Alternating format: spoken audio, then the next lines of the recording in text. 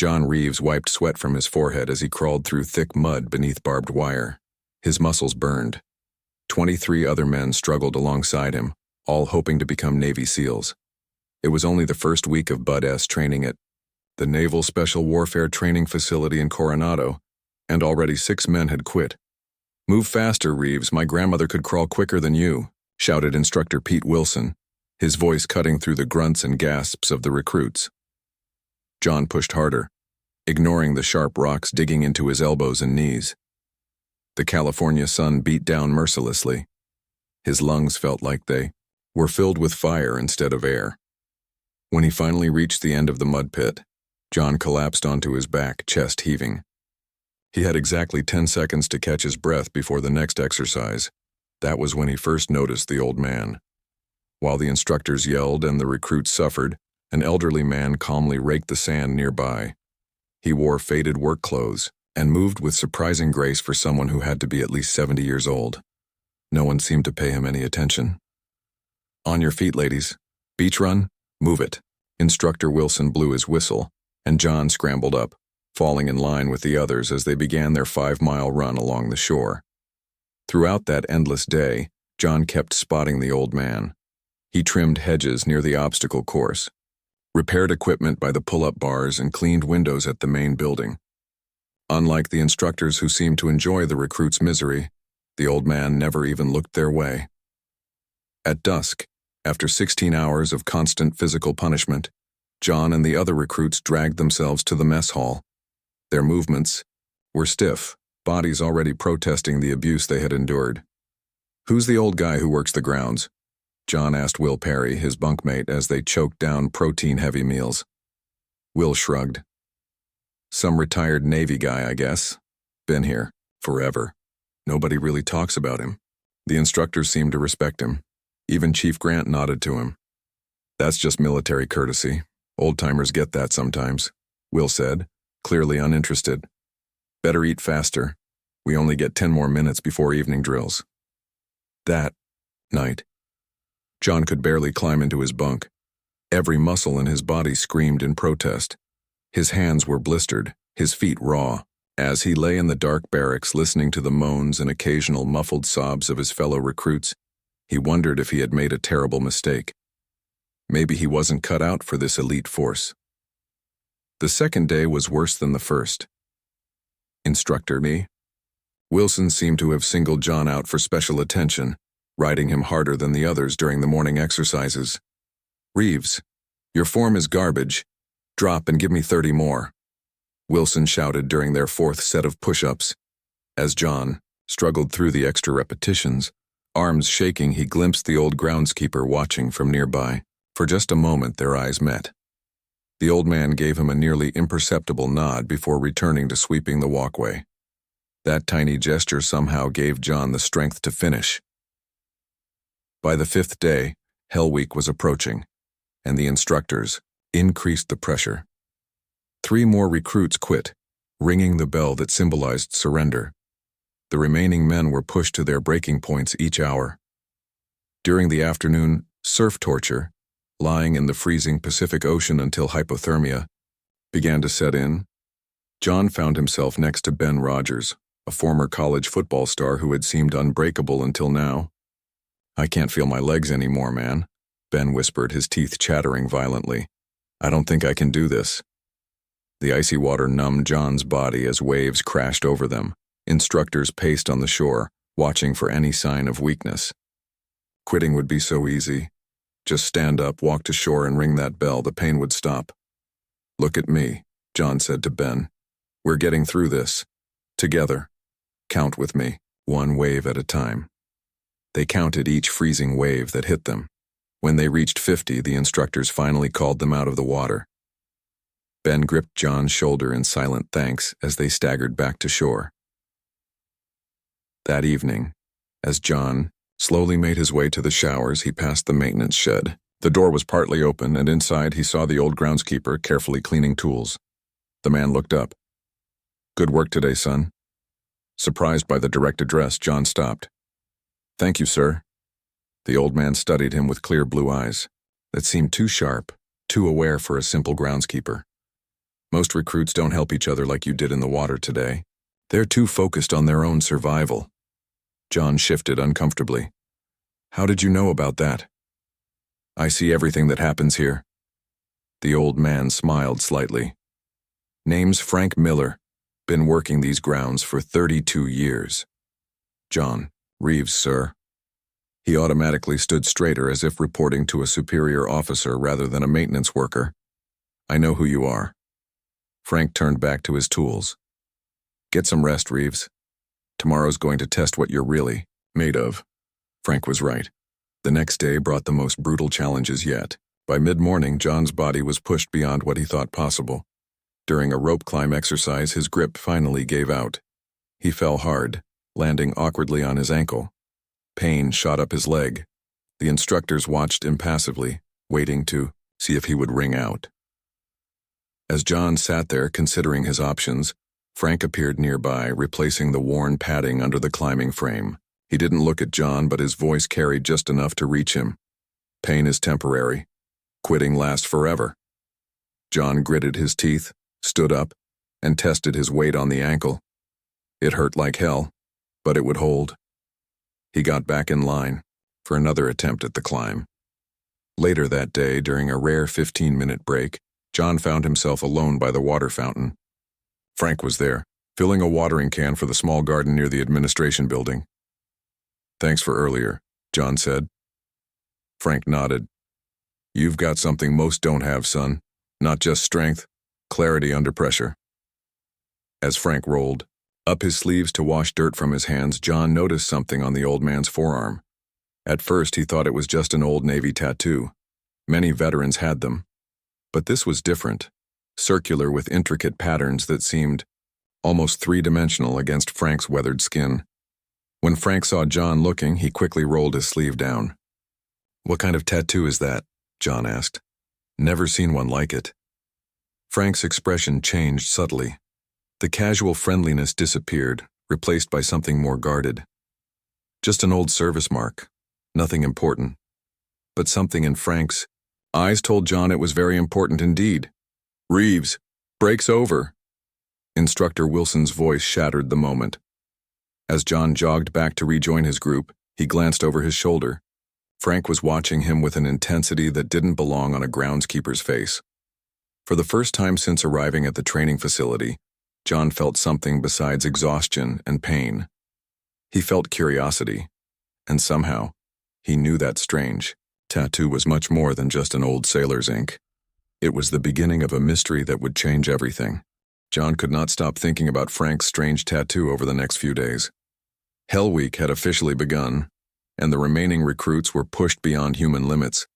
They functioned on less than 4 hours of sleep total, their bodies constantly wet, cold, and covered in sand. On the third night of Hell Week, during a rare moment when the instructors allowed them 15 minutes to eat, John noticed that 3 more men had disappeared. They had quit without anyone seeing them go. Now only 18 remained from the original class of 30.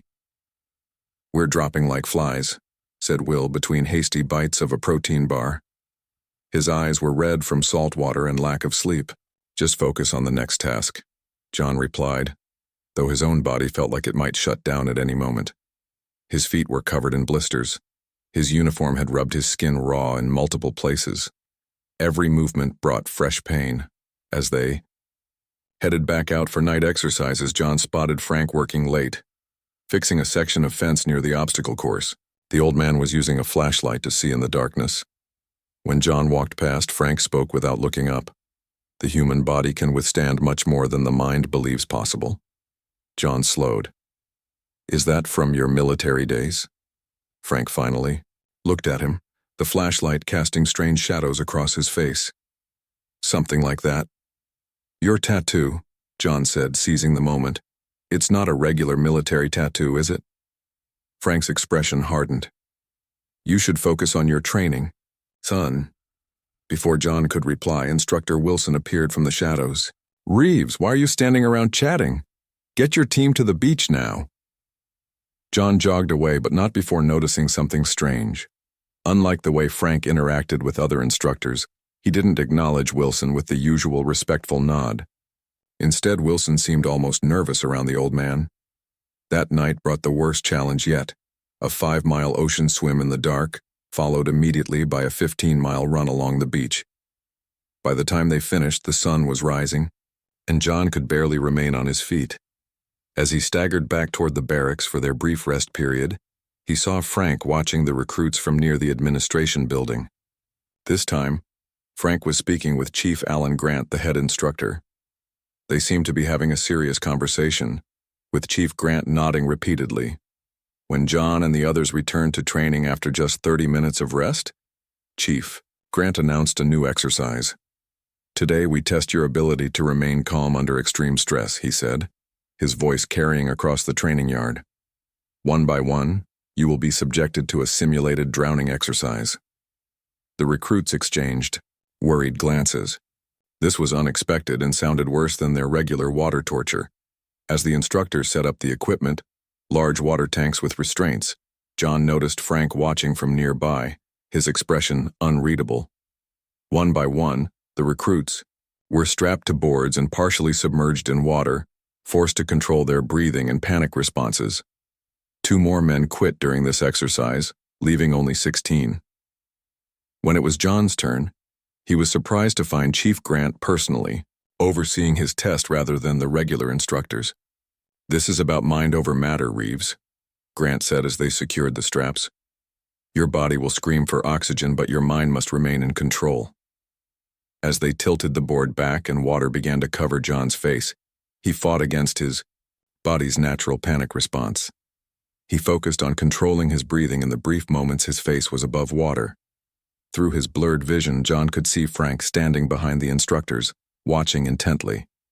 For a split second, John thought he saw the old man's tattoo glowing faintly through his shirt sleeve. After what seemed like forever, they pulled him upright. John gasped for air, his lungs burning.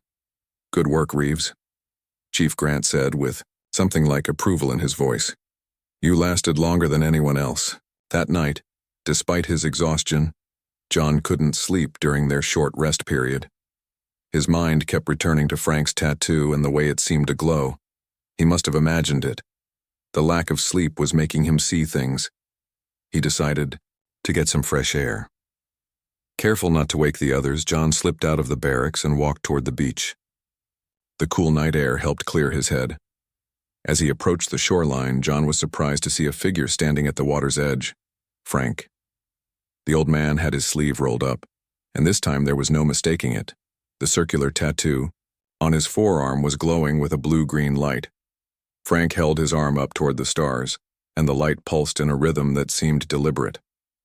John watched from the shadow of a nearby dune, unsure if he should reveal himself. After several minutes, Frank lowered his arm and the glow faded. He turned and looked directly at the dune where John was hiding. "You might as well come out, Reeves," Frank called. "I know you're there." John stepped forward, embarrassed at being caught spying. "I'm sorry, sir. I couldn't sleep and saw you here." Frank studied him for a long moment. "How much did you see?" "Your tattoo," John said. It was glowing. Frank sighed deeply. "I figured this might happen sooner or later, always does. Every few years, there's one recruit who notices too much." "What is it?" John asked. "Some kind of tech? Bioluminescent ink?" Frank laughed softly. "Nothing so simple." He looked up at the night sky. "Tell me, John, what do you know about the stars?"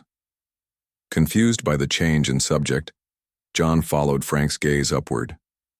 "Not much beyond basic navigation, sir." "What if I told you I received messages from them?" John stared at him. Was the old man crazy? Maybe the stress of Hell Week was affecting his own mind. "You think I'm not right in the head," Frank said, reading John's expression. "That's okay, I would think the same in your position." Frank rolled his sleeve back down. "Tomorrow is your final day of Hell Week. Get some rest." "Wait," John said. "You can't just tell me you receive messages from the stars and then walk away." Frank stopped. "You're right, that's not fair to you." He turned back.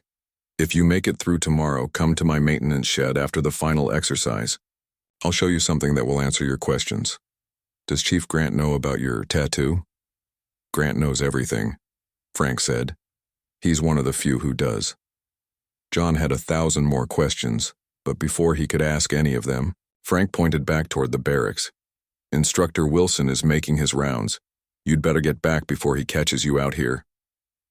Sure enough, John could see a flashlight beam sweeping the area near the barracks. He nodded to Frank and hurried back, slipping inside just before Wilson passed by. As John lay in his bunk, his mind raced despite his exhaustion. What would Frank show him tomorrow? Was the old groundskeeper playing some strange game?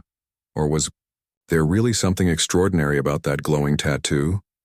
For the first time since arriving at the training facility, John found himself eager for the next day, not just to survive Hell Week, but to discover what secret Frank Miller was, hiding in plain sight.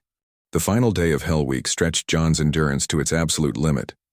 After nearly 5 days with only brief moments of sleep, his body moved on autopilot. The 16 remaining recruits had become a tight unit, helping each other through the grueling challenges. Their final test was a 12-hour combat simulation in a swampy area several miles from the main compound.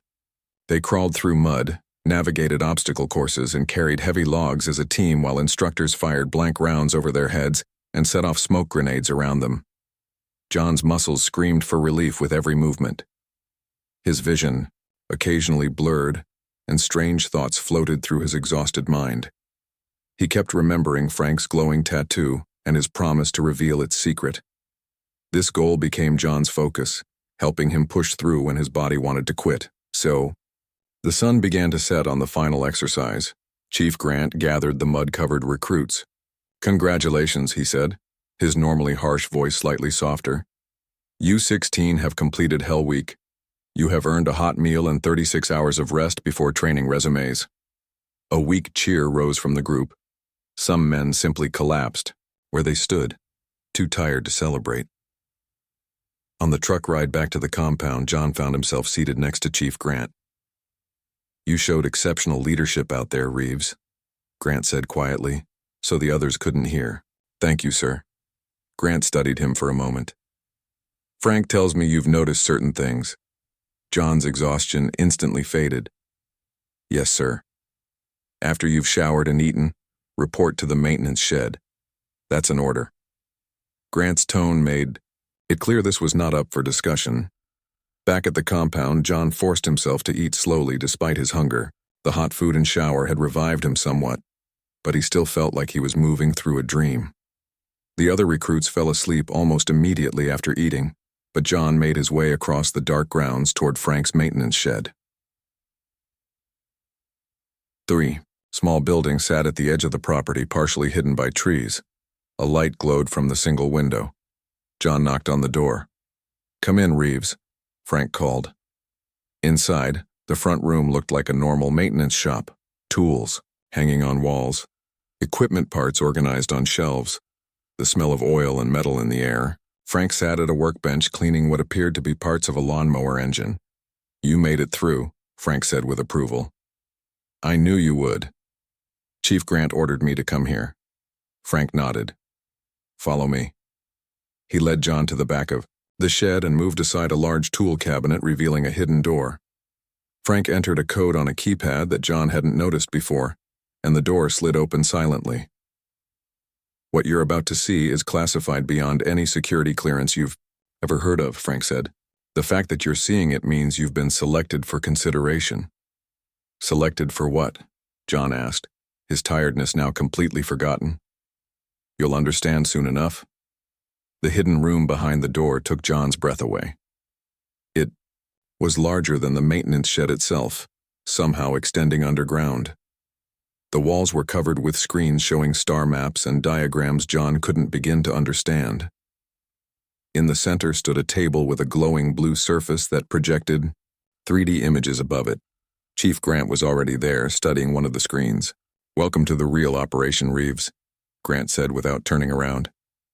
"I don't understand," John said, staring at the advanced technology surrounding him. "What is all this?" Frank rolled up his sleeve, revealing the circular tattoo. Up close, John could see that it wasn't ink at all. but something embedded under the skin that seemed to shift and move like a liquid. "This is where I should start," Frank said. "This isn't a tattoo. The proper term is a symbiotic neural interface." "A what?" "It's alive," Frank explained. "And it connects me to them." He pressed something on the center table, and a 3D image appeared. A star system John didn't recognize, with multiple planets orbiting a red sun. "In 1967, I was a young SEAL on a mission in Vietnam," Frank said. "My team was sent to investigate a crashed aircraft deep in the jungle. Intelligence thought it was a new type of Soviet spy plane." He paused, his eyes distant with memory. "It wasn't Russian. It wasn't from Earth at all." John looked at Chief Grant, expecting him to say this was some kind of elaborate test or joke. But Grant's face remained serious. "Frank is telling you the truth," Grant said. "I've seen the records," Frank continued. "I found a dying pilot inside. He wasn't human, though he looked similar enough. Before he died, he gave me this." Frank touched his tattoo. "It was their way of establishing contact." "You're saying aliens are real and you've been in contact with them for over 50 years?" John asked, trying to process what he was hearing. "They call themselves the Arcosians," Frank said. "They're part of a coalition of species that have been watching Earth for centuries." "Why would they contact you? A random SEAL in Vietnam?" Frank smiled. "Not random. They specifically look for warriors with certain qualities, not just physical strength, but mental resilience, ethical judgment, and leadership. They test species across the galaxy this way, looking for potential allies."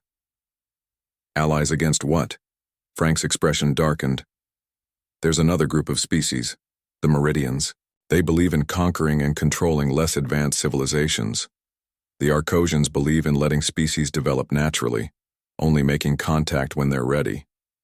John looked around the room again, noticing details he'd missed before. Some of the screens showed what appeared to be ships, massive vessels unlike anything human built. "So what happens now?" John asked. "You've shown me this secret. What does that mean?" Chief Grant stepped forward. "It means you have a choice to make." Frank nodded. "For decades, I've watched recruits come through this training facility. Occasionally, I identify someone with potential, someone who might be ready to learn the truth and possibly join the program." "What program?" "Officially, it's called the Advanced Reconnaissance Strategic Initiative," Grant explained. "On paper, it's a black ops program developing next-gen surveillance techniques. In reality, it's our liaison with the Arcosians." "And you want me to join?" Frank looked at him seriously. "Not yet. First, you need to complete your SEAL training. Then, if you're still interested, you'll undergo additional evaluation. And if I say no, if I don't want any part of this, then you return to regular training tomorrow," Grant said. "We give you something to help you forget this conversation, and you go on to have a normal career as a SEAL. No harm done." John ran his hand through his short hair, struggling to take it all in. Just days ago, his biggest concern had been surviving Hell Week. Now he was being told that aliens were real and had been in contact with humans for decades. "I need to know one thing," John said finally. "Why show me this now? Why not wait until after I complete the full SEAL training?" Frank and Grant exchanged glances. "Because," Frank said, his tattoo beginning to pulse with blue light, "they're coming. For the first time in 30 years, an Arcosian ship is returning to Earth. They'll be here in 6 months, and they'll need new human liaisons." "For what purpose, Mo?" John asked. Frank's expression was grim. "They believe the Meridians have discovered Earth. We may need to prepare for contact or conflict much sooner than anyone expected." John stared at the star map hovering above. The table, the reality of what Frank was saying slowly sinking in. His world had just become much larger and far more dangerous than he had ever imagined. John sat in silence for a long time, staring at the glowing star map. Frank and Chief Grant waited patiently, allowing him to process everything he had just learned. "How many others know about this?" John finally asked. "At this facility, just the 3 of us now," Frank replied. "Worldwide, maybe 50 active personnel and another 100 retired." "That few? For something this important?" Chief Grant nodded. That's the way the Arcosians want it. Limited contact. They believe societies need to develop at their own pace. John stood up and walked around the hidden room examining the technology. It was clearly beyond anything publicly available on Earth. So all this gear is alien? Some of it, Frank said. Other parts were built by us using concepts they shared. The Arcosians don't just give us technology. They provide ideas and let us develop them ourselves. John touched the edge of the central table. The surface responded to his fingers, rippling. With light, why me, he asked. Out of all the SEAL candidates, why show me this? Frank rolled down his sleeve, covering the living interface.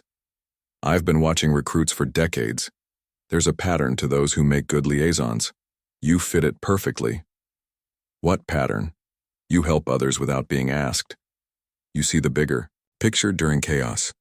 You question authority when necessary but respect the chain of command. And most importantly, you adapt quickly to new information without panicking. John thought about his first week of training, how he had helped Ben during surf torture, how he had organized his team during the final exercises of Hell Week. If I agree to this, what happens next? Chief Grant checked his watch. For now, you go back to the barracks and get some sleep. When your rest period ends tomorrow evening, you return to regular SEAL training. Nothing changes for the next 3 months. Except everything has changed, John said. Frank smiled slightly. There is that, but you'll need to act as if nothing has. No one can know what you've seen here. After you complete basic SEAL training, Grant continued, you'll be offered a position in a special reconnaissance unit. That's when your real training would begin. John ran his hand through his hair. Can I think about this? Of course, Frank said. But we need your answer before you leave this room about one thing. Can you keep this secret, regardless of whether you eventually join us? The seriousness in Frank's voice made it clear that this was not a small request. John realized that now that he knew about the program, he would always be connected to it one way or another. I can keep the secret, he said firmly. I need time to decide about joining, but I won't tell anyone what I've seen here. Relief showed on both older men's faces. Good man, Frank said. Now, one more thing before you go. He walked to a cabinet in the corner and removed what looked like a small silver disc, about the size of a quarter. He handed it to John. Keep this with you. If you need to contact me urgently, press both sides at once for 3 seconds. I'll get the signal. John turned the disc over in his hand. It was lighter than it appeared and warm to the touch. It's not going to embed itself in my arm, is it? He asked, only half joking. Frank laughed. No. That level of connection only happens with consent and preparation. The interface I carry is much more complex than this simple communicator. As John pocketed the disc, Chief Grant opened the hidden door. Get some rest, Reeves. You've earned it. John nodded to both men and left the maintenance shed. As he walked back toward the barracks, his mind raced with everything he had learned. The night air felt different somehow, as if the knowledge that Earth was not alone in the universe had changed even the feel of the wind on his skin. He looked up at the stars, wondering which one might be the Arcosian homeworld. For a moment, the enormity of it all threatened to overwhelm him. Then his SEAL training kicked in. Focus on the immediate task, break the problem down into manageable parts, adapt, and overcome. Right now, the immediate task was sleep. He would think about aliens and secret programs after he had rested. The next day and a half passed quickly. John slept for 14 hours straight, ate enormous meals to replenish his depleted energy, and watched as his fellow trainees did the same. They had all formed a special bond during Hell Week, celebrating their shared accomplishment with quiet pride. No one mentioned Frank or noticed anything different about John. Several times he caught himself looking up at the sky or staring at the maintenance shed in the distance, but he quickly corrected his behavior. On Sunday evening, as they prepared to resume training, Will clapped John on the shoulder. Ready for whatever they throw at us next? His friend asked. John nodded. Born ready. The next phase of SEAL training was slightly less physically intense than Hell Week, but more technically demanding. They learned advanced combat techniques, weapon handling, demolition procedures, and tactical planning. Throughout it all, John found himself evaluating everything through a new lens. Would these skills be useful against an alien threat? How would standard military tactics work against advanced technology? He had to constantly remind himself to stay focused on the present. 2 weeks later, John was cleaning his gear when Ben sat down next to him. "Have you noticed anything weird about Chief Grant lately?" Ben asked quietly. John's heart rate increased slightly, but he kept his expression neutral. "Weird how?" "He keeps having private conversations with that old groundskeeper, Frank. And sometimes they both look at us like they're evaluating us for something." John shrugged, trying to appear casual. "Grant's the head instructor. Evaluating us is his job." "Yeah, but why involve the maintenance guy?" Ben persisted. "And yesterday I saw Frank with his sleeve rolled up. He has this strange tattoo that almost seemed to move when I looked at it." John focused intently on cleaning his rifle. "Maybe it was a trick of the light." "Maybe," Ben said, not sounding convinced. "Or maybe there's something going on here that they're not telling us." Before John could respond, the door to the barracks opened and Chief Grant walked in. His eyes swept the room, landing briefly on John and Ben. "Rogers, report to the medical office for your scheduled physical," Grant said to Ben. "Reeves, I need you to help move some equipment at the obstacle course." As they walked across the compound, Grant spoke quietly. "Rogers is asking questions about Frank." "Yes, sir, just now. We've been watching him too. He's showing potential." Grant glanced at John. "How are you handling things?" "Fine, sir. Focused on training. Frank tells me you haven't used the communicator." "No need, sir." They reached the obstacle course, where Frank was working on a climbing wall. No equipment needed moving. The request had been a pretext. "Rogers saw your interface," John told Frank. "He mentioned it to me just now." Frank nodded calmly. "I'm aware. It was a test." "A test?" John asked, confused. "For both of you," Grant explained. "We wanted to see if he would notice and if you would report it." John realized he was still being evaluated even though he had already been shown the secret. "Have you made your decision yet, Reeves?" Frank asked. John looked between the two men, then up at the sky, thinking about the Arcosians traveling toward Earth and the potential threat of the Meridians. "Yes," he said finally. "I'm in." 6 months passed quickly. John completed his SEAL training with top marks, alongside 14 others including Ben Rogers and Will Perry. The graduation ceremony was brief but meaningful. Family members watched with pride as the new SEALs received their tridents. John's parents had flown in from Ohio, beaming as they pinned the emblem on his uniform. His father, a former Marine, shook his hand firmly. "Proud of you, son." What they didn't know was that John had already accepted a position in a classified unit that officially didn't exist. As far as his family and most of the military were concerned, he was being assigned to a special reconnaissance team. The day after graduation, John reported to a nondescript building at the edge of the base. Inside, he found Chief Grant waiting with 2 men in plain clothes. "Reeves, meet Commander Lewis and Dr. Patel," Grant said. "They'll be overseeing the next phase of your training." John shook hands with both men. Commander Lewis had the hard look of a career Special Forces officer. Dr. Patel was shorter with quick, intelligent eyes that seemed to evaluate John with every glance. "Where's Frank?" John asked. "Already at the facility," Lewis replied. "You'll see him soon enough." They drove for 3 hours to a private airfield where a small jet waited. No markings, no flight number. 6 hours later, they landed at what appeared to be a remote military installation in the Nevada desert. Underground, the base expanded into a massive complex. John was led through security checkpoints to a briefing room where 5 other people waited, including Ben Rogers. "You too?" John asked with a smile as they shook hands. Ben nodded. "Frank approached me 2 weeks after he showed you the tech. Said I had the right qualities." The others in the room were introduced as Lisa Diaz, a Marine Force recon captain, Kyle Weaver, Air Force pararescue, Olivia Stone, Naval Intelligence, and Adam Chen, a civilian quantum physicist. Frank entered the room last. He looked different somehow, more commanding, less like a humble groundskeeper. Everyone, even Commander Lewis, seemed to defer to him. "Welcome to Site Echo," Frank said.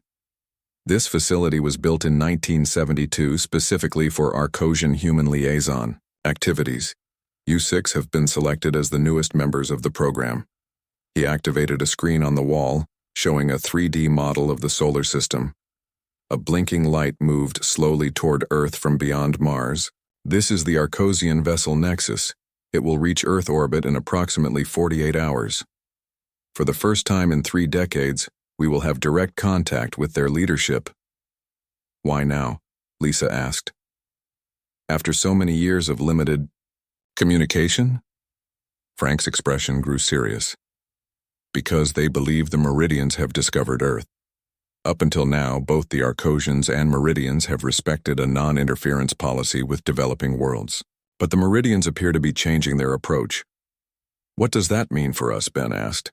"It means Earth may soon face a choice: alignment with the Arcosian coalition or dealing with Meridian interest. Neither option allows us to remain isolated as we have been." Dr. Patel stepped forward. "Over the next 48 hours, you'll receive briefings on everything we know about both species, their biology, technology, social structures, and capabilities. You need to be prepared for first contact." John raised his hand. "Frank, you mentioned that your interface was given to you by a dying Arcosian. Will we be receiving similar technology?" The room grew quiet. Frank rolled up his sleeve, revealing the living interface that pulsed gently beneath his skin. "That will be your choice," he said. "The interface allows direct communication with their systems and limited telepathic connection with Arcosians. It's not without risks, and it's permanent once accepted." "What risks?" Olivia asked. "Your brain will be changed," Frank said bluntly. "You'll begin to perceive the world differently. Some humans can't handle the adjustment." "But the benefits are substantial," Commander Lewis added. "Enhanced cognition, access to their knowledge base, and the ability to operate their technology." The next day and a half passed in a blur of briefings, simulations, and preparation. John learned more about the 2 alien civilizations than he ever thought possible. The Arcosians were a coalition of 15 different species united by common values of independence and self-determination. The Meridians were fewer in number but more technologically advanced, believing in centralized control and guided development of younger species. On the evening before the Arcosian ship was due to arrive, Frank gathered the 6 recruits in a secure room deep within the facility. "Tomorrow you'll meet representatives from another world," he said. "Tonight you need to decide whether you're willing to accept the interface. This is completely voluntary. If you decline, you'll still remain part of the program but in a different capacity." One by one, Frank looked at each of them. "Take the night to think about it. Give me your answer in the morning." Later, John sat alone in his assigned quarters, turning the decision over in his mind. Accepting the interface would change him forever. He would never be able to return to a normal life. But he would be at the forefront of humanity's first steps into a larger universe. A knock at his door interrupted his thoughts. It was Ben. "Can't sleep either?" Ben asked as John let him in. "Too much to think about." Ben nodded. "I keep thinking about my family. If I do this, I'll never be able to tell them the truth about what I do." "Same here," John said. "But if what Frank says about the Meridians is true, this might be the most important job on the planet." "Have you decided?" Ben asked. "I think so. You?" "Yeah." They looked at each other, understanding passing between them without words. Both had made the same choice. The next morning, all 6 recruits stood in the medical bay. Frank entered with Dr. Patel and a sealed container. "Your decisions?" Frank asked simply. All 6 said yes. Frank nodded, not looking surprised. "The Arcosian ship will arrive in 3 hours.